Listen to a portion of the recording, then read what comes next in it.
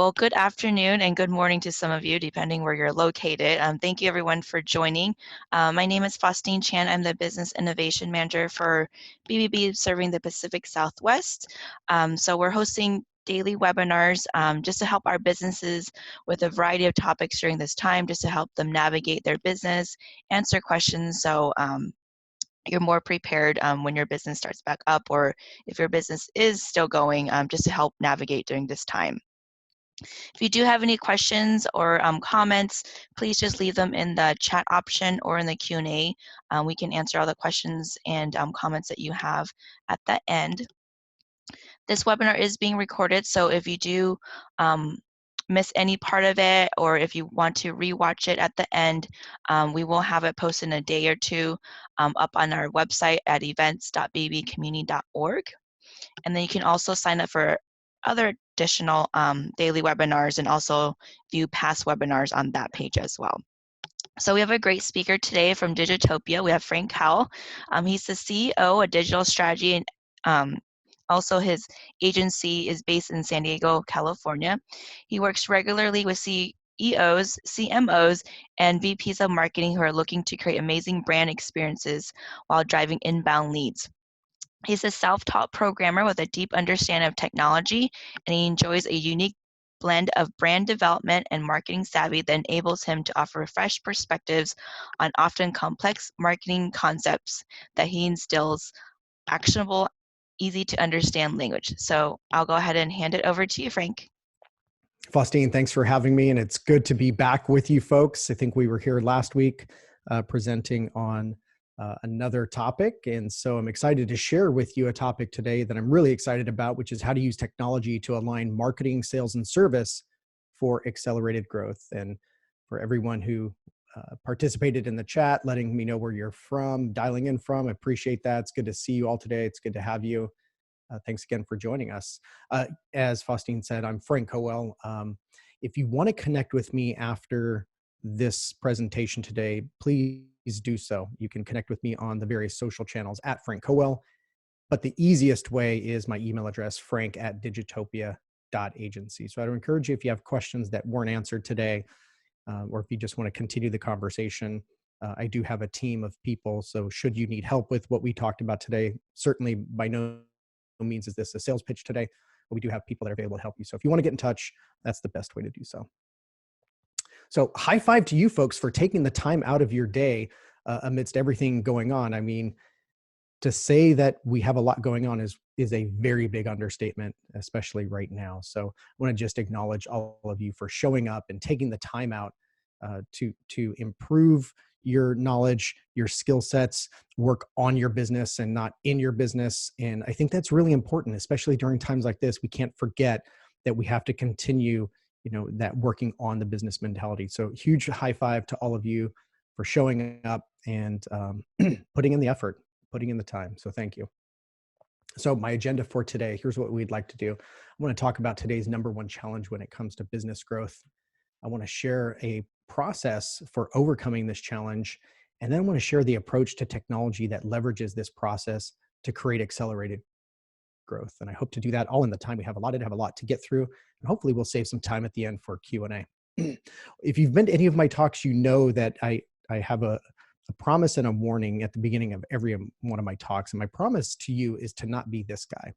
And I think we've all seen this guy, maybe not this particular guy, which is why I've blocked out this person's face, but we've all seen this person on the internet talking about the latest secret and the hacks and the thing you don't know, and really like hitting home runs on the internet by teaching other people how to hit home runs on the internet by teaching, you get the point, right? Like, and they promise like how like there's these secrets and hacks to get all the success you want. And so I promise not to be that guy. In fact, I do have a warning for you.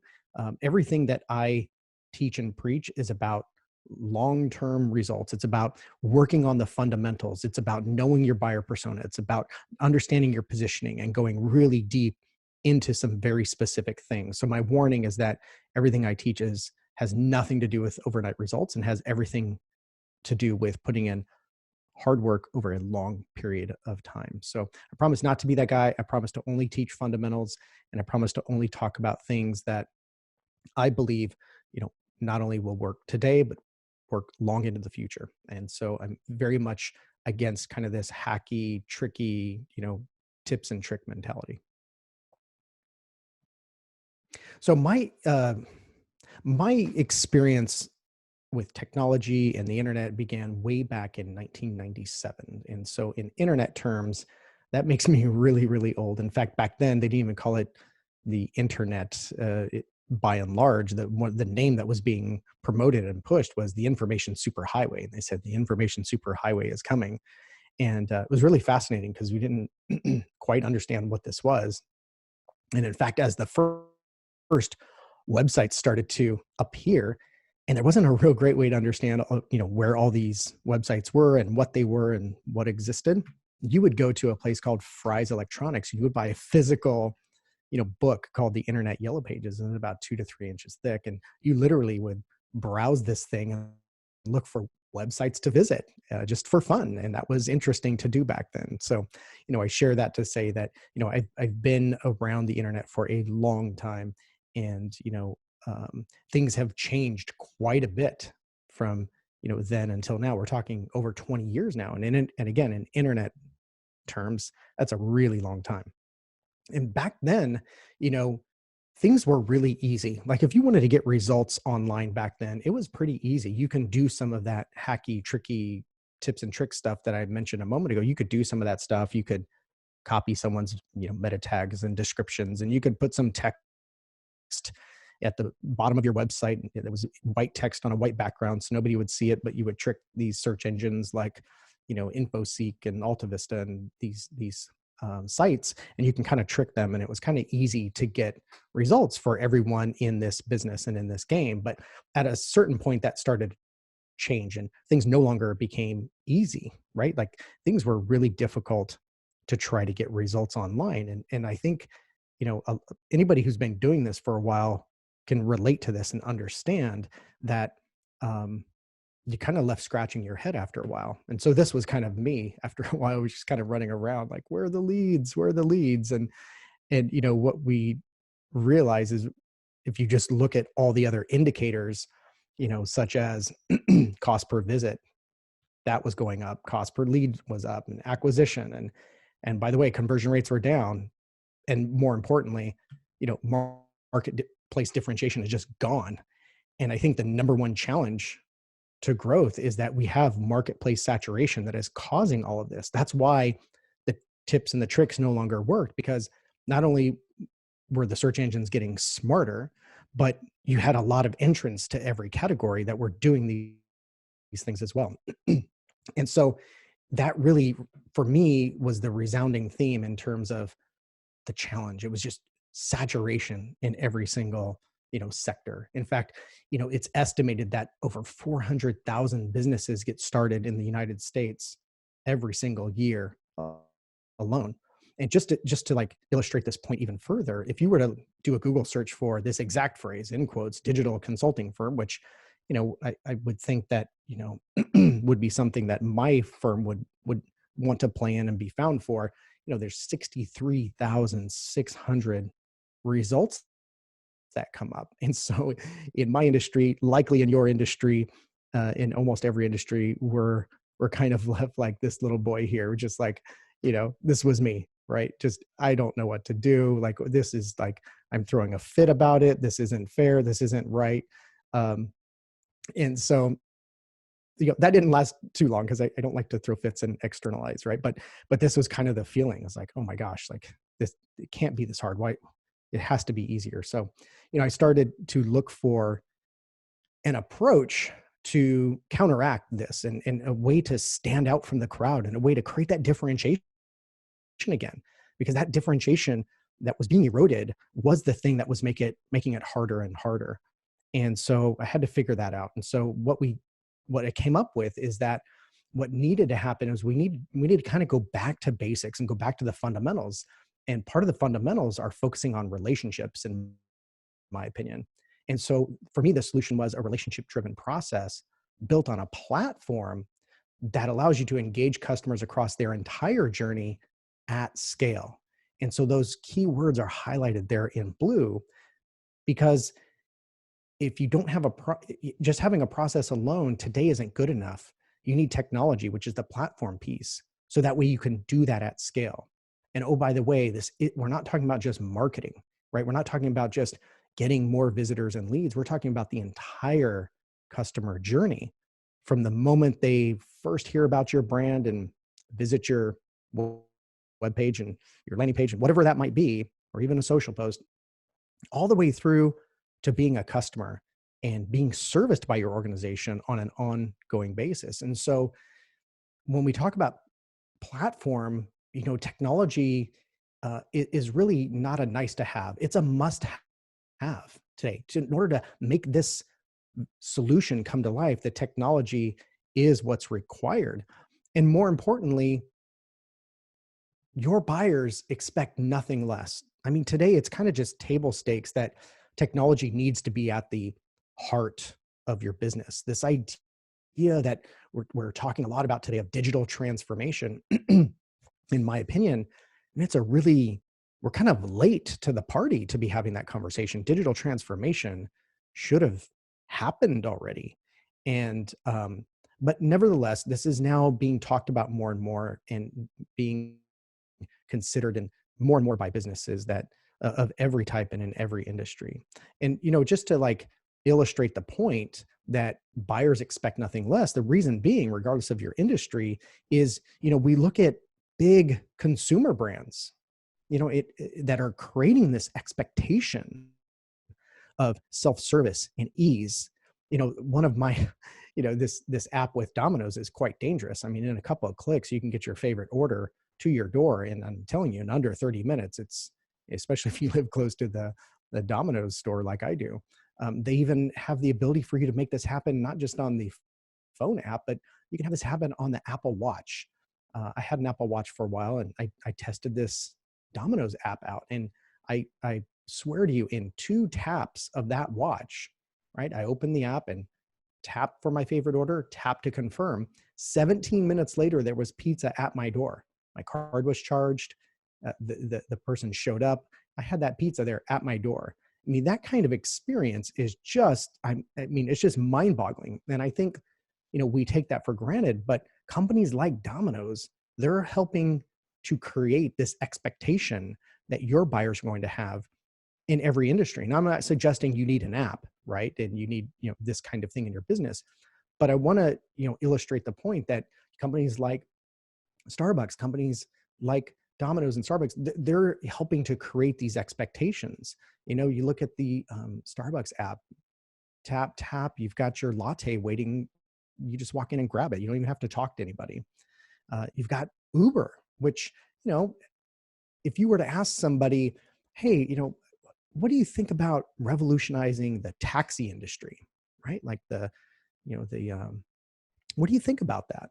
I mean, people probably would have said that sounds kind of boring, and I don't know if it's really needed. But along comes Uber, and you realize like, oh, wow, this is amazing and convenient. Again, tap, and somebody is showing up to your home, your office, your hotel, wherever it may be. And that convenience is just, mind boggling. And I still marvel at all of these technologies and the way the processes are able to be strung together and to create an experience that is, frictionless and delightful at the same time. And so I say all that to hopefully underscore the point, if you weren't convinced already, that technology really has to be in the DNA of your business to be able to create this experience across the entire customer journey. It's really critical.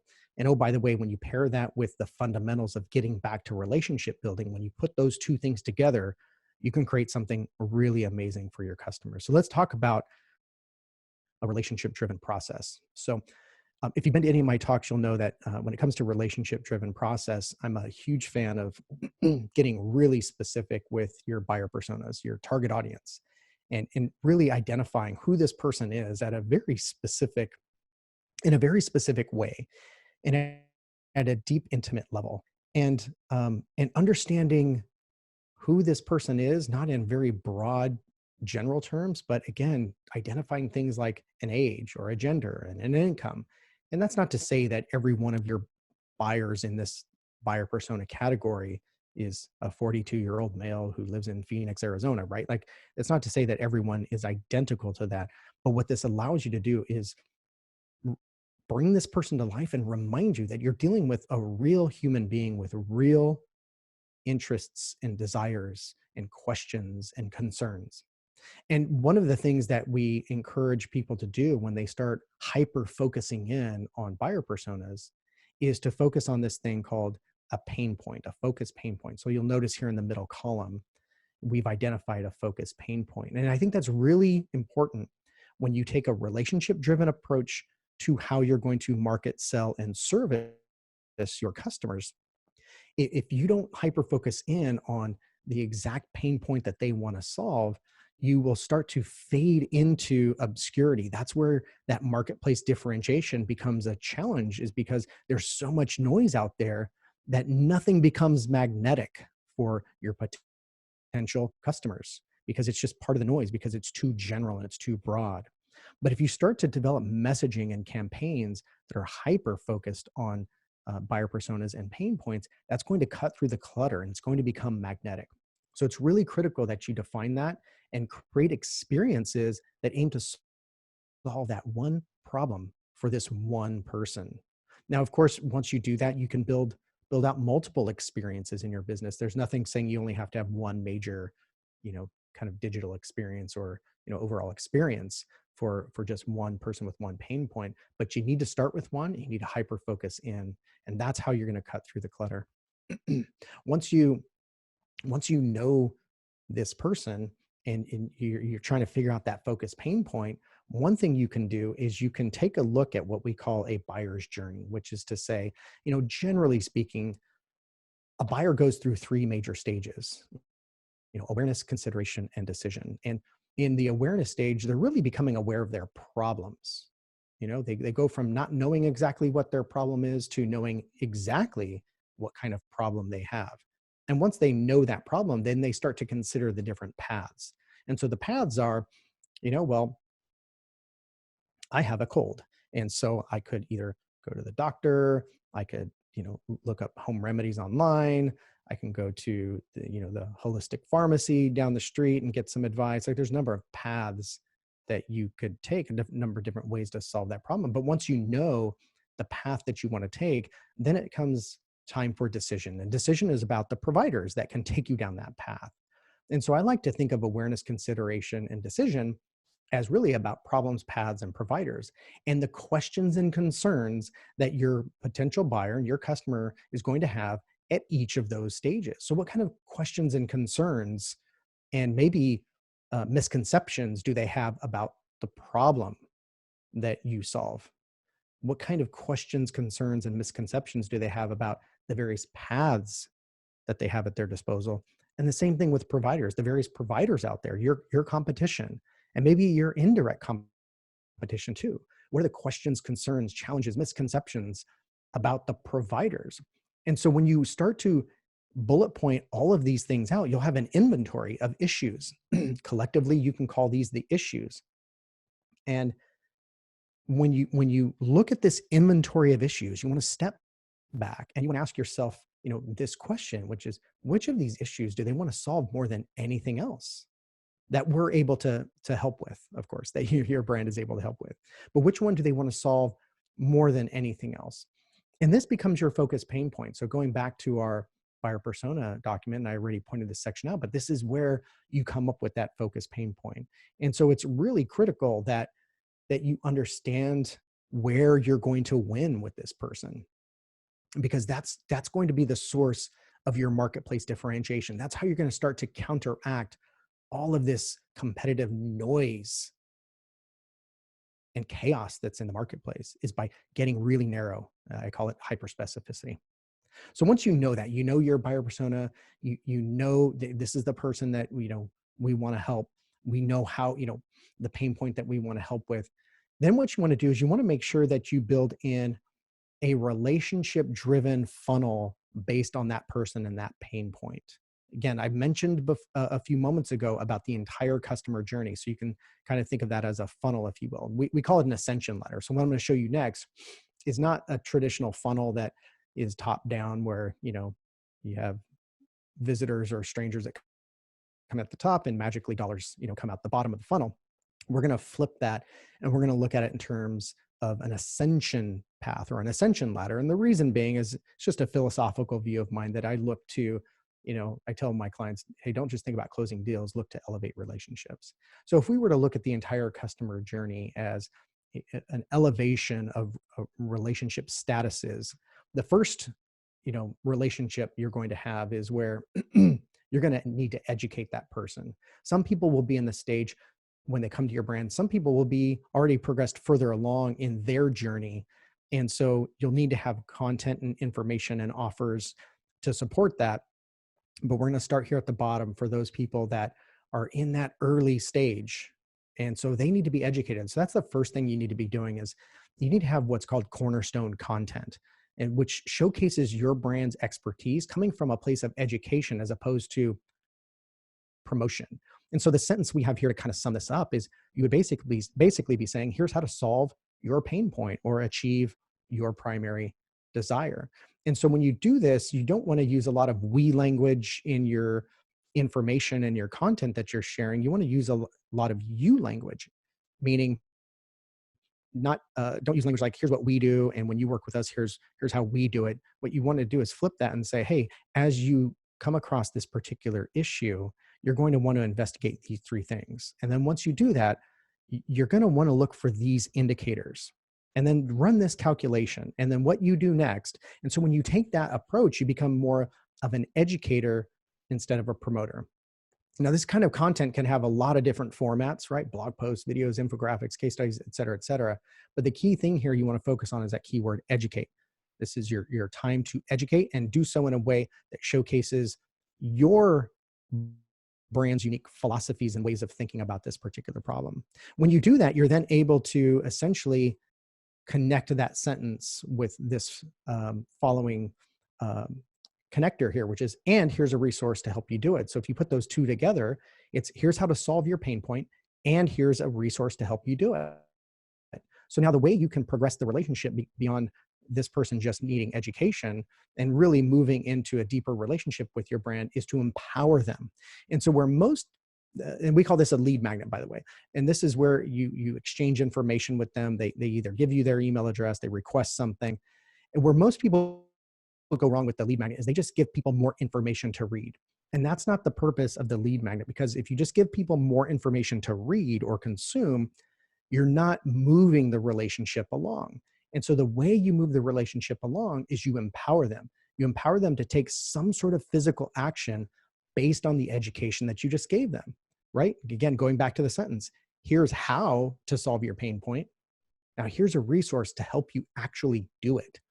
And so the types of resources here, you want to think of things like templates, tools, calculators, assessments, checklists, and so on. And that key word you want to keep in mind is empower, right? So first you educate, then you empower them. Once you've done that, you now have this digital relationship forming, and you can progress them to the next relationship level by inspiring them. This is where you can start giving them more content to consume, but it's important that the content that you provide at this relationship level inspires them, right? And so again, let's complete that sentence. Here's how to solve your pain point, and here's a resource to help you do it. Now, see how someone like you achieved X using this approach. And so we're just having a natural conversation that take place in a natural, logical order of events of how someone would be going through this journey, and you're connecting with them to match that logical order in their journey. And so when you produce deep dive content, you want to focus on a couple of things. You want to focus on what I call social proof. And social proof would be examples of how people like them have solved this problem, the kind of success they're experiencing. You might call this a case study. And the key thing with a case study is to make sure you do that from the customer's point of view. Make your customer a hero. Again, don't use a lot of we language, right? Like, we met this client and then what we did, and we helped them with our unique proprietary formula, and then what we, like, turn that and say, here's Sally and what she was experiencing, and what she discovered was this. And so then she, went on this journey, and then she met us and we helped her with this. And then you can introduce your brand as a guide in the story, not the hero of the story. You're more like Yoda in this story, and let your customer be Luke Skywalker, right? And so you can do this through videos, through webinars, case studies, white papers. The other type of content you can do here to inspire people isn't just the social proof, but you can also do a deep dive on what I call how it works. And so today, this particular presentation that we're going through today is a perfect example of deep dive how it works kind of content. And so that's where you're showing people a deeper dive into the nuts and bolts of your process or your approach or whatever it is that you were educating them on. You can now start to go a little bit deeper and almost like roll up your sleeves and show the how it works. And the reason this is important is because you want your potential customers to start to envision themselves going through this process, and they can start to envision themselves going through this process with your brand. And you don't even have to make overt sales pitches. This will just naturally happen. Once you do that, then you're set up to do the next thing and really take the relationship to the next level by engaging them. And so you engage them with what we call a foot in the door opportunity or foot in the door offer.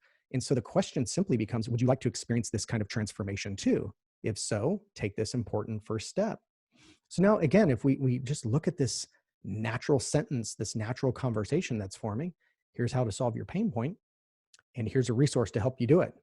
Now see how someone like you achieved X using this approach. Would you like to experience this transformation too? If so, take this important first step. And so I think this is, if you do it this way, this tees up your offer to get on the phone, this tees up your offer to request a demo, this tees up your offer to come visit us at the store, whatever it may be, this tees this up because you don't have to come up with some sort of, real crazy, whiz bang, get it now kind of offer, because you've inspired them to where your sales pitch is, would you like that too? And that's the best kind of sales pitch to make, because you've just shown them all this inspiration. And if you've done that right, they're ready, right? If they're ready to buy, they're going to be ready to buy because of this. And this inspiration is what's going to help get them there. And if they're not, no amount of fancy sales pitches will make them ready to buy. And that's the beauty of this process, is you don't have to resort to heavy-handed sales pitches at all. If you just build your process around the relationship, this will start to happen and you'll differentiate your brand along the way. So once you do that, now you're talking with this potential buyer, this potential customer. You can now transform them, and that's hopefully what your core offer is doing. This is where you sell them the main thing that you have to offer as a business. So hopefully your core offering is transformative. And if it's not, I would highly suggest that you get together with your team and say, hey, what kind of outcome are we supposed to be driving for our customers? Like, ultimately, yeah, we have an invoice and we have a receipt, and we see what they're buying, but that's not really what they're buying. They're buying an outcome. They're buying this transformation. And so if your core offering isn't transformative, then I think you need to get together with your team and ask why, and find out what kind of outcome and transformation your buyer is really ultimately looking for, and figure out how to build that into your offering.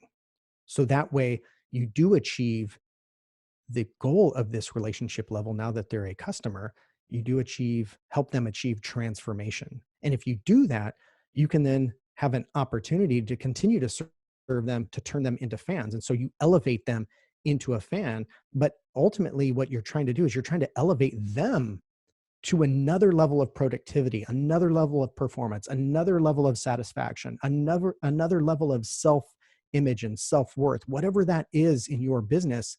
That's when you want to then elevate them to a new level that they didn't think was possible. That's how you create a fan. It's not because you have the fanciest promotions and the best designed website and the best designed brand. Those things can be important, but the way you create a fan is you have a transformative core offering, and then you do things above and beyond that core offering that elevate them to a new level of status. And so this is really important because, one, most people absolutely fail when it comes to quote unquote funnel building because they don't have it hyper focused in. And two, it's not built for the entire journey. And so when you look at it this way, what I want you folks to do is, again, keep that one person in mind with that one pain point and build this ascension path based on just that one person, and become obsessed about nailing that one combination first. If you do that, you'll have so much more success than you can imagine to then allow you the time, the money, and the resources to work on your next experience. Okay, so that's the relationship part of what I want to talk about today. I want to jump next into technology. Okay, whoops. Before I do that, I do want to talk about this last piece though. So if you were to look at this entire ascension path, you can kind of see where marketing lives, where sales lives, and where service lives. And that's really important because what we're going to talk about next is about how to align those through technology. So let's jump into that next. And so when I talk about platform, I'm talking about all those technologies across marketing, sales, and service, and how you're going to bring them together and view them as one platform. Whether it's one piece of software or it's multiple, the idea is you want to make sure they're all brought together to be able to operate as one platform. So let's talk about that. There's three key considerations when we talk about platform: alignment, insights, and enablement. And we're going to go through these three today. And now I just want to give a fair warning. Technology is a very big, broad discussion. And so there might be things I cover today where I'm not going to go very deep just due to A, the time, and B, just an impossibility of trying to cover all the possibilities available to us when we talk about technology. But again, if you do have questions, please get in touch with me after this. So let's jump into it and let's talk about alignment. So what we're really talking about is, as I mentioned a moment ago, is alignment of marketing, sales, and service. Those have to be aligned. When we talk about, technology, I think a lot of people, start to immediately gravitate towards like, oh, marketing technology or sales technology. But what we're really talking about is marketing, sales, and service, the way you service your customers. And all three of those have to be aligned. So let's talk about a few things. At minimum, there's 5 things that I think you need to consider when to create this alignment. The first thing is the relationship lifecycle tracking. So I just showed you a model for building in relationship ascension into your process, into your experience for your customers. Well, you need to make sure your technology is aligned such that you can see that progression across marketing, sales, and service. So as you market to them and then they become a sales opportunity, and as you start to service them, you need to be able to see that that history and track what stage is this contact at now, and when did that stage take place, and what were the previous stages, and what were the dates. So that relationship lifecycle tracking is important. Marketing automation, contact engagement history, data standardization, and analytics. And we're going to go through each one of these. So those are the 5, at minimum, the 5 things to start to create alignment in your technology so you can start to have view it as one platform. Okay, so going back to this example of the relationship ascension, when you look at these different ways you're going to build your process around elevating your customer, each of those can line up with a life cycle stage that you track in your technology platforms. This would typically happen in your core CRM. And if you have, kind of multiple CRMs, if you will, across those different marketing, sales, and service, that's fine. But as long as they're kept in sync, that's the important part, is that the alignment between your disparate technologies has to be kept in sync. So that way you have that data integrity. And as your people engage with a contact, regardless of what stage they're at, you'll know and you'll see what's currently their status and what has their status been. So this is an example of how you might assign relationship levels in your technology platform. You might have someone who's downloaded your lead magnet. You might call them a lead. Once they're engaging in deep dive content to various degrees, they might be marketing qualified leads or sales qualified leads, and so on. So tracking that life cycle based on where they're at in that journey is really important. And that has to be synced up across your three major areas. Let's talk about marketing attribution. And I put the word minimum here because marketing attribution is actually can be a very big, complex conversation. I don't want to make it very big and complex. I just want to simplify it and say at minimum, you have to answer these two questions. That way you can understand near-term and long-term ROI on your marketing investments. Which campaign originated the contact and which campaigns influenced the contact? Now, again, we can get into some really heady topics about, first touch, last touch, degradation, linear, and there's a number of different attribution models, but I don't want to get into that because I think what's most important is that you just understand this. And so we're talking about marketing investment, but a moment ago I mentioned, alignment across marketing, sales, and service. So the reason this is important is once someone becomes a client, you're servicing them, at some point you're going to want to do some sort of analysis on who your best customers are. And you're going to start to look at things like, how long have they been with you? What did they buy? And what's their spend? And once you identify who your best customers are, and oh, by the way, who your worst customers are, you're going to want to be able to look back and say, okay, what brought them to us?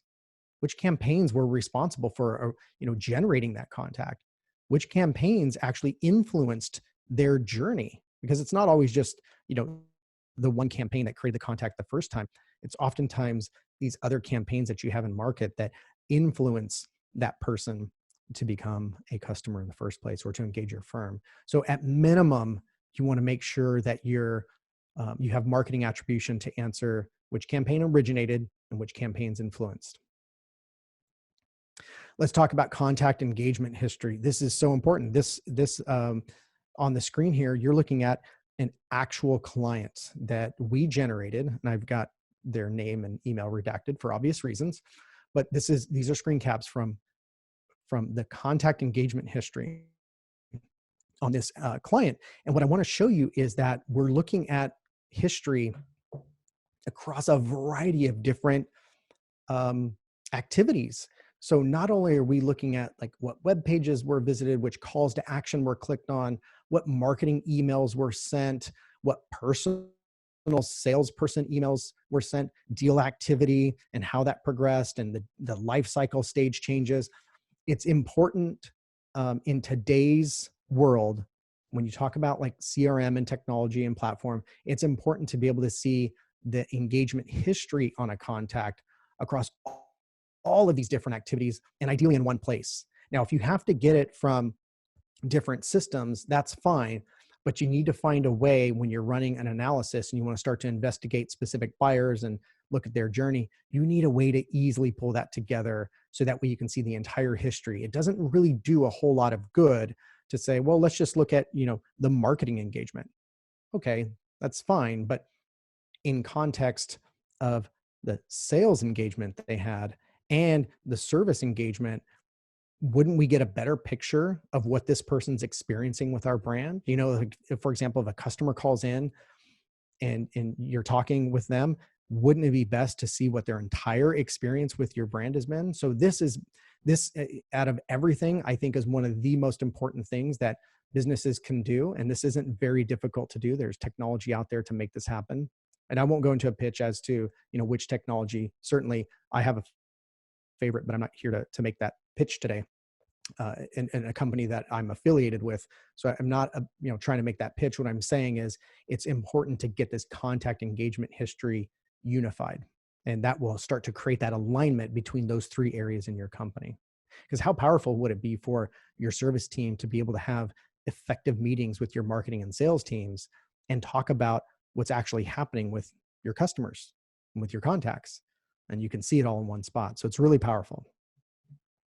Okay, so let's talk about data standardization. So when we talk about data standardization, marketing, sales, and service have to agree and comply with standards for data. And those standards for data are minimum contact record criteria, life cycle stage criteria, and triggers for transfer of contact ownership. And so when we look at this, what we mean by minimum contact record criteria is you want to agree upon what's the minimum amount of information that each area of the business, marketing, sales, and service, is going to need to ensure that the data that they're looking at is not only accurate, but complete. And it helps the next organization within your company, the next area within your company, it helps them do their job. And so everybody needs to agree upon what that is along each stage. You also need to agree upon the life cycle stage criteria. What constitutes a marketing qualified lead? That's something that marketing and sales have to agree upon. What constitutes someone, going from customer to fan or to evangelist, whatever you call it in your business? What constitutes that? What is the agreement for the criteria that would make that life cycle stage happen? And then finally, what are the triggers for transfer of contact ownership? Because during certain stages of their journey, marketing owns the contact, but at some point, sales will own the contact. And then yet at another point, sales owns the contact. And so that needs to be extremely clear within your organization. Who's responsible for the contact record? And then once you determine who's responsible for the contact record, that area is then responsible for the data integrity, right? How complete it is and how accurate it is. So at minimum, there are many, many things we could talk about when it comes to data standardization, but at minimum, these are the three things you want to make sure have happen when it comes to your platform.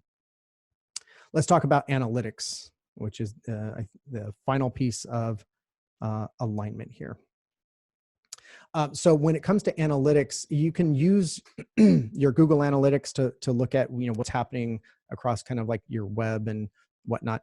But I kind of view analytics, again, more holistically across the entire journey. So it's really critical to be able to look at your analytics, not just from like website visits to leads to people who hit, certain sales pages and thank you pages, but really across the entire life cycle. So that way you can start to understand, hey, which sources of traffic actually resulted in customers, which referral sources, generated customers for us. When we generated X amount of contacts over one time period, how many customers did that turn into? Oh, and how much time was spent in deal stages? So all of these different types of data and reporting are really critical to be able to understand how your relationship journey that you're crafting is actually working. And so, we use Google Analytics at my firm all the time. It's an important part of what we do, but it doesn't tell you the stories about your relationship driven process and how well that's working across the entire journey and get it all connected. So putting that together, whether that's manually, once a month, putting that data together to understand that story, or again, if you have a platform that does that for you, it's important to look at your data that way and view analytics in that manner.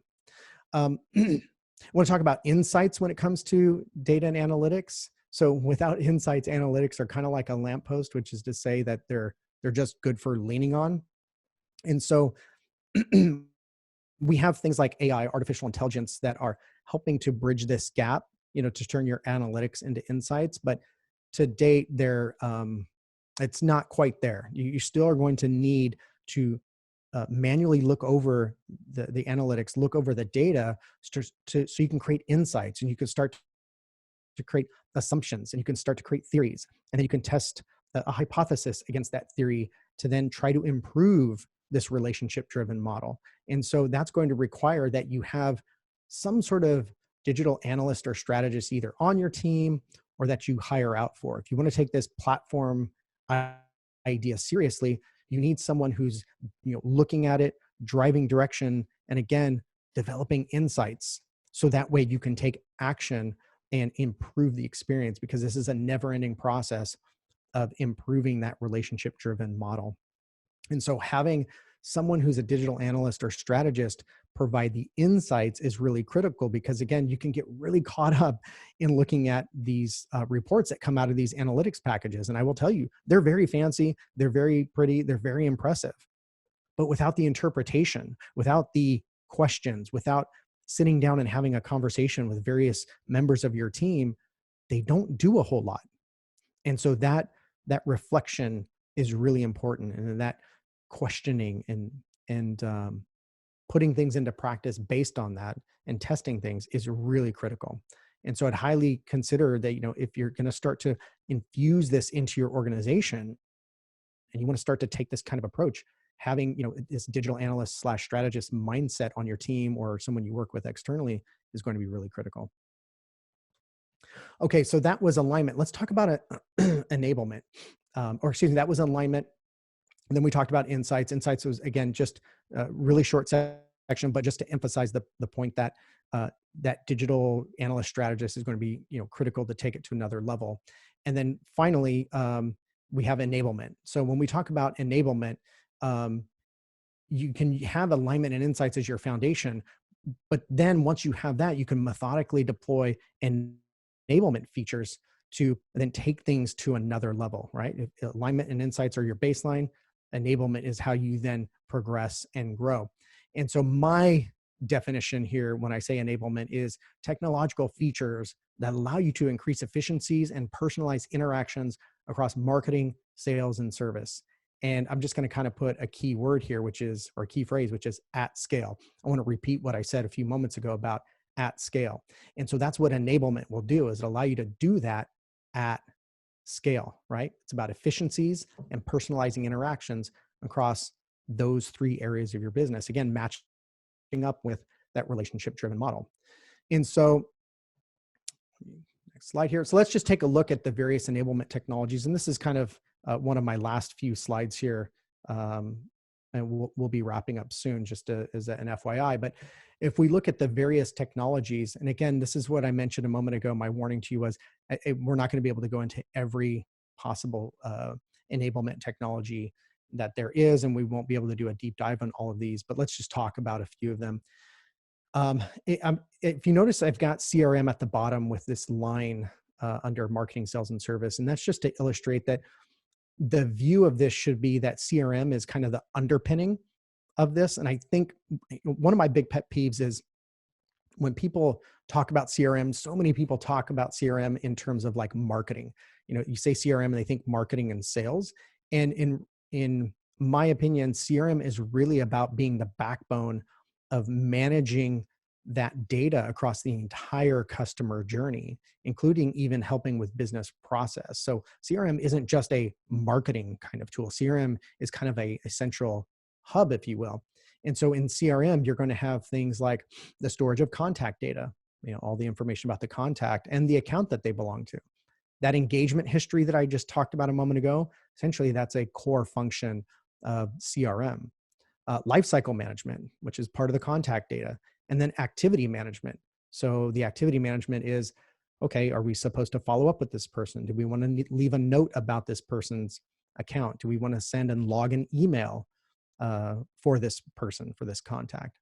And then finally, lists. So that's how you'll segment all of your contacts in your CRM database into various lists. So that way they can be leveraged for specific purposes. You might have customers, you might have a fan list, you might have, hot leads and cold leads. You're going to have these various lists to allow you to have contextual communications with these contacts. So that's CRM. And I start there because that really is kind of the underpinning of these other technologies and how you will tie them together. Again, whether you have one platform or you have multiple, you want to view CRM as the glue that will interact with those individual disparate systems to then unify that contact history and that contact data.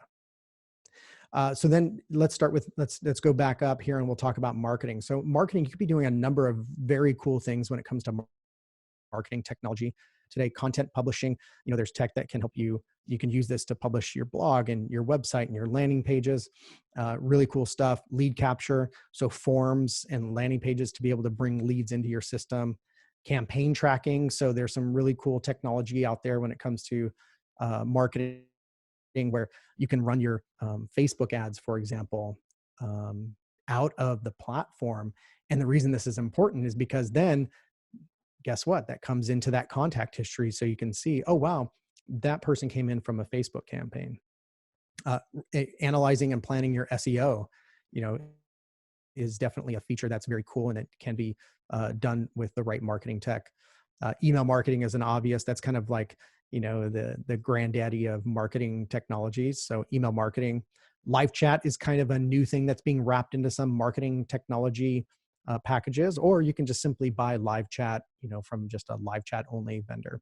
And then finally, automation. And I put automation across all of these because automation is possible in each of these areas, and it can help you do things like, when contacts come in and they're of a certain data type, maybe they're a particular category of contact, maybe it's one buyer persona over another, you can then have different messages sent to that person compared to another buyer persona. And you can even do things with their manipulate their data in certain ways as opposed to other people based on that. And that can all happen in an automated fashion when you set that up. So that's pretty cool. Going over into sales. So deal tracking, right? So as you're working sales deals, to be able to track those and to be able to manage those in a pipeline and create a sales manager type of view is really important. Templates allow you to empower your team with standardized email templates or snippets that they might be able to reply to prospects with to make them more efficient in their job, and also to standardize what they're saying, right? Like, how many times have you had salespeople sending completely different emails to try to say the exact same thing? So templates can help you align that and standardize that. Document library. So, a big pet peeve of marketing is that sometimes the sales team creates their own collateral and they're sending the outdated version of the collateral. So with sales enablement technologies, you can actually have a document library for storing those things. And highly related to that, there's tech that can help you track when you send that document to somebody. So if I were to send you a document out of the library through a sales enablement technology, I could track like how far you looked into that PDF. So really cool stuff. Meeting links are another cool thing that's happening today, to be able to send your prospect, a time to book on your calendar. The one thing I would say, and this is just a personal, philosophical pet peeve of mine, be careful about sending meeting links. Wait until, you don't want to just like immediately in your first email say, hey, yeah, I would love to connect with you, book a time on my calendar. There's a whole relationship dynamic that's at play there. So I will usually say, hey, do either of these times work? If not, I could also make my calendar available to you so you can pick a time that's easiest for you. Just let me know. And so I tend to go about it that way. But meeting links are really cool because you can have it integrate with your calendar, and then people can only pick a time that you predetermine that you're available for booking appointments. Sending out quotes to prospects and being able to track that, and again, tying it to their contact record, and of course, automation. So we use automation at Digitopia in a very cool way. When we have marketing qualified leads come into our system, we automatically create a deal card in a pipeline that is just called marketing qualified leads. And so there's no monetary value associated with this deal card, but what we're able to do is track that across, our attempts to engage with that person and see if they're interested in a free consultation. And if so, and we achieve that free consultation, that's considered the one column or the one status. And then we have automation kick in that automatically creates a deal card for the next stage of that process. And so that all happens automatically. All this is being tracked. So really cool stuff. There's also automation you could deploy where you can send people one-to-one a sequence of emails triggered by a salesperson for one contact. And then if that person replies, those sequences just stop. And so it behaves in a very intelligent way. So some really cool automation tech that's out there today. Let's talk about service. And this is one of the new exciting areas that's happening. A lot of these technologies I'm going to talk about here have already existed, but companies now are unifying these technologies into one platform. Again, this idea of not having to go to a bunch of different places to see the data. Support ticketing, to be able to allow your clients, your customers to submit requests and track that history and what the answer was. And also to be able to then leverage those answers for other support representatives in your company. So that way you have consistent answers being given out, or the answer is the right one. That's huge.